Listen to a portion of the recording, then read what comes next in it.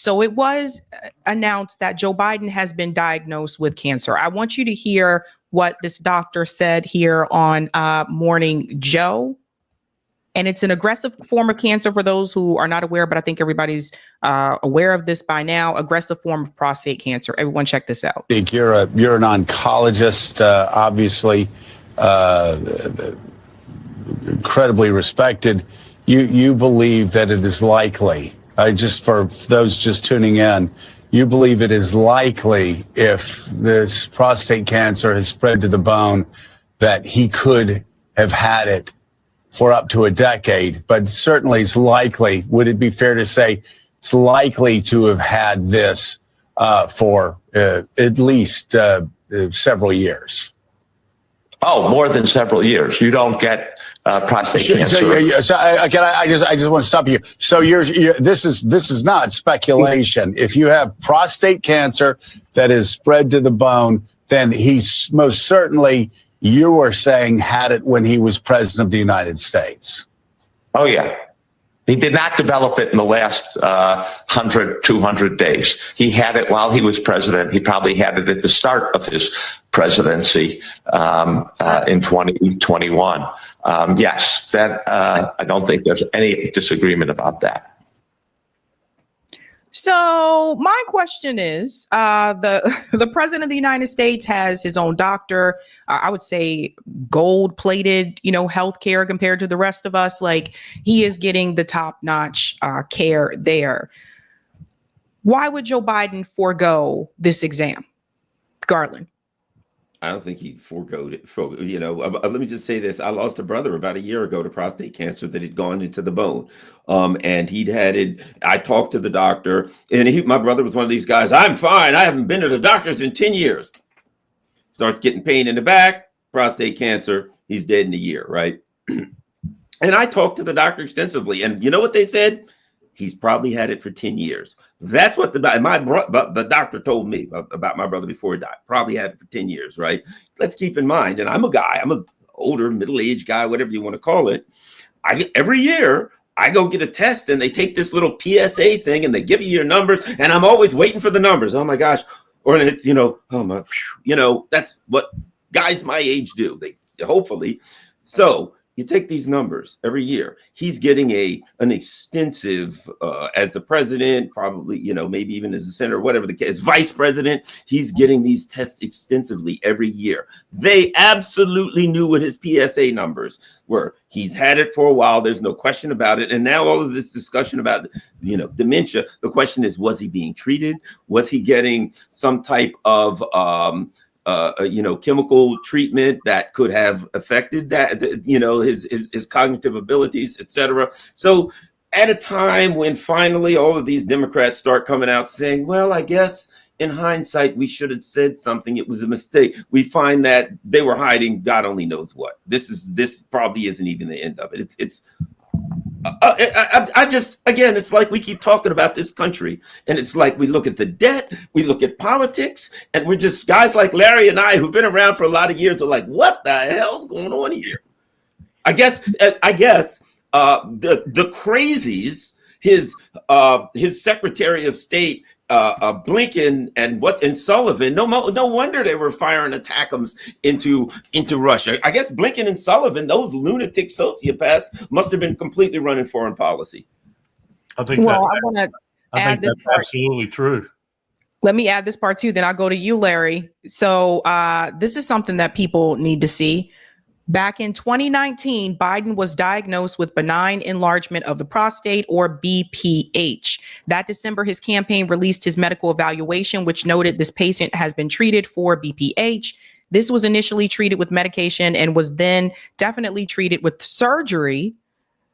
He has never had prostate cancer. So that was the statement that was given from his team. So if that was an issue in 2019, again, because what they're saying now is that, yes, the president has a physical, but he wasn't having that specific exam. To me, that doesn't make sense. If you had that condition, BPH in 2019, which is actually right before the election, want to remind everybody, and they said that he's had surgery, why all of a sudden would they stop doing that exam? Larry, is the Democratic Party in trouble? I think so, but they're a lot more than just that. They have no clue. They have no clue. Organizationally, policy-wise, strategy-wise, they have no clue. Let me just say that my wife died of pancreatic cancer 55 days from diagnosis to death. And I would say categorically that the cancer industry in America is for money, not for cure. Money, not for cure. There are various ways they could have developed their research over the last 30 years in particular, with lots of money coming in from the Congress to make that a different situation. But they didn't, because they don't want to damage this cash flow. Cancer creates the greatest cash flow in American medicine. They're not about to disturb it. Now, that's not a comment on Biden so much as it is a comment on the medical industry in the United States. But it is indirectly a comment on Biden, and here's what I mean by that. We've had this discussion amongst military doctors for a long time, about 30 years. We had it when Powell was chairman of the Joint Chiefs of Staff. We definitely need some sort of council of physicians who are trusted physicians, if you can find them, that determines whether or not a president every year of his terms or term is competent, medically speaking. And we need it divorced from people like Blinken and Sullivan, who don't want to surrender that power. And so we're going to prop the guy up for as long as they can, even if he's a walking dead man. And in the last year of Reagan's 8 years, that was the case too.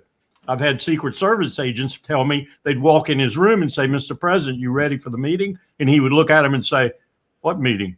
Because he was lost too in the creeping dementia. We need something, some kind of council that determines, independent of the cabinet, whether or not the president is medically, psychologically competent to continue in service, especially if they're over 70. We don't have that. So we're going to have more of this. We're going to have people who are really not running the country. Their cabinet is unelected cabinet. So that's another thing I wanted to bring up as well. There's also Jake Tapper apparently was just on Megyn Kelly's show. He's going on this tour.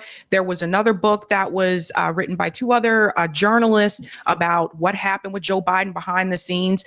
I have to tell you, in my entire life, I've never seen this. And I don't know if either of you have. It almost feels like there is this coordinated attempt here to, I don't know if they're trying to run cover for Kamala's loss or if they're trying to run cover for the fact that Trump just happened to win again. I don't know what it is, but what is this whole coordinated effort now from Jake Tapper and other commentators that were defending and supporting Joe Biden throughout his presidential, term? Everybody's on this rampage now of, oh my God, guess what was really happening behind the scenes? Why are they doing this now, Garland? There's something that, as you know, my background is investigator in law enforcement. There's a term in the legal community known as a creeping admission, right? The creeping admission is, I'm only going to say as much as you know. So I say, no, I wasn't at the crime scene. And you say, well, we've got a picture of you right here at the crime scene. Okay, I was, but I didn't even know the guy. Well, we've got a picture of text. Here's the text where you texted him everything. Okay, maybe I texted him, but I didn't kill him. I'm only going to admit as much as you can prove. And that's what they're doing right now. Now that it's been proven, they had a time to think, oh my gosh, what are we going to do? It's been proven. We'll admit it and act as though we're coming out of our own impetus. We're just coming out because it's the right thing to do. I also think this. They want to do it now to get it out of the way because the midterms is a long way off. And they don't want to get pounded in the head with it when the midterms come because they know that's coming by the Republicans. And some people, it's going to hurt their credibility because all of these people come midterms are going to revert back to the same thing. Vote for us. Why? Because Trump's a bad guy and he loves Putin or something like that. They'll just revert to what they have. And I think they're trying to clean out the closet, get the dirt done away with. Anything you might attack us for, let's get that out of the way. That way, when we start setting for the midterms, we can just go the old Trump loves Putin and he's a Nazi or something crazy like that. And they can completely divorce themselves from any discussion of policy again. Larry, what's your take on this? Have you seen anything like this before?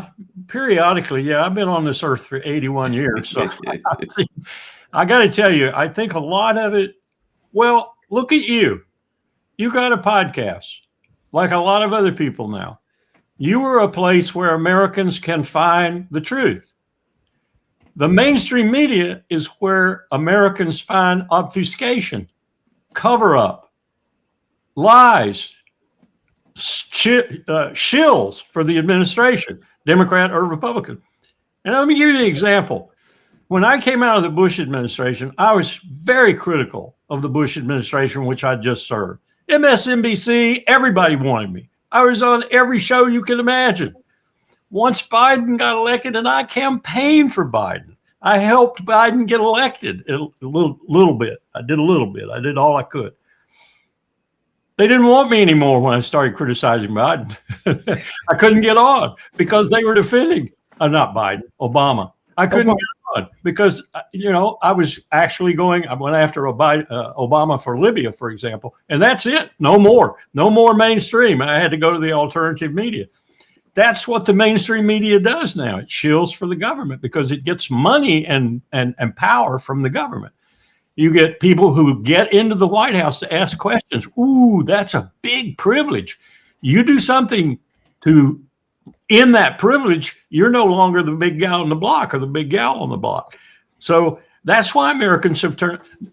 Judge Napolitano has more listeners now than CNN. Yeah, he does. He has more listeners than CNN. And it's because Americans have figured it out. You don't read the New York Times. You don't read the Washington Post. You don't watch Joe. You watch alternative media like yours, and you get kernels of truth. And that's a sad commentary on our mainstream media, but it is. I think it's accurate. Sabby, I remember when I think it was under Trump the first time when they dropped the mother of all bombs in Afghanistan, right? And there was this press conference or whatever for in the Washington Post about it, and there were people who sent people there and talked to people who lived in the area and got a different story than they got from the government. The Washington Post put this article out. People were asking the writer, where did you get from? Well, we found that people did investigations. They talked to people that lived in the area and they said different. Where did you get that information? And she finally admitted from a Pentagon press release. She took a Pentagon press release and wrote an article based on that. So what you have that appears to be made, it doesn't even appear much to be media anymore, is what you have is the purveyors of the narrative and narrative control. When the government says something, they say, oh, this is true. And it's if the Pentagon just released a press release, you look at it and say, oh, that's a Pentagon press release. I better question it. But when they filter it through the Washington Post, you don't think it's a Pentagon press release anymore. So you say, well, now there we go. We've got this but it really is always a Pentagon press release or, an intelligence press release or something. That's the idea now, to disguise it and filter it out and make it look like it's media when it's just narrative control. I got to say that I was part of the team that helped do that when I was working for the chairman of the Joint Chiefs of Staff. We decided we were going to take over the media. I'm telling you the truth. We decided we were going to twist the media around our finger. And we did it in the first Gulf War. We gave the message to the media. And they ran with it. And ever since then, they've been doing it just like Garland said. One more question for both of you. Butch Ware said this after Kamala lost. He said that the Democratic Party is done. And what we're seeing is obviously there are some people still trying to reform the Democratic Party. I don't think that can be done, obviously, because of big money interests. And we all saw what they did to Bernie Sanders. But what do you think is going to happen to the Democratic Party from here? We saw someone like Kamala Harris try to align herself with Liz Cheney and even Dick Cheney, of all people, did not work for her. You would think the obvious answer would be, okay, go in the other direction.